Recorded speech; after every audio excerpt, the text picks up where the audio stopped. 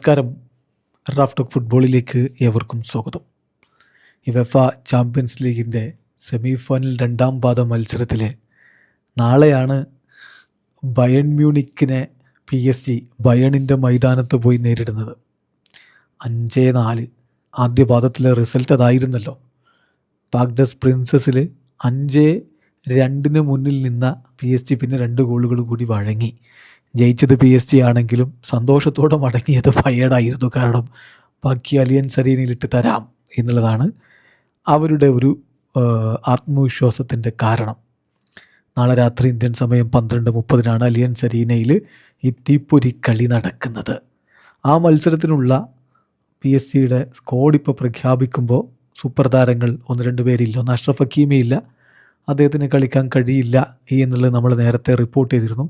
അതുപോലെ ലൂക്കാസ് ഷെവലിയറുമില്ല എന്ന കാര്യമാണ് ഇപ്പോൾ ലഭ്യമാവുന്ന വിവരം. ഏതായാലും അവരുടെ സ്ക്വാഡ് നോക്കാം. 2 പ്രധാന താരങ്ങളില്ലാതെയാണ് അവർ പോകുന്നതെന്നർത്ഥം.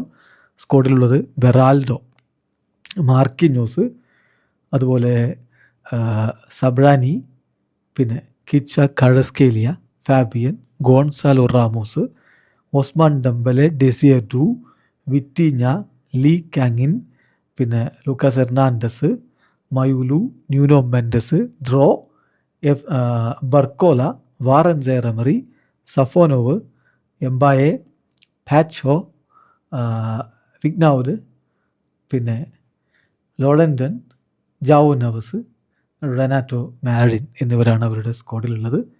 ഏതായാലും വലിയ ആത്മവിശ്വാസത്തിലാണ് PSG കോച്ച് ഉള്ളത്.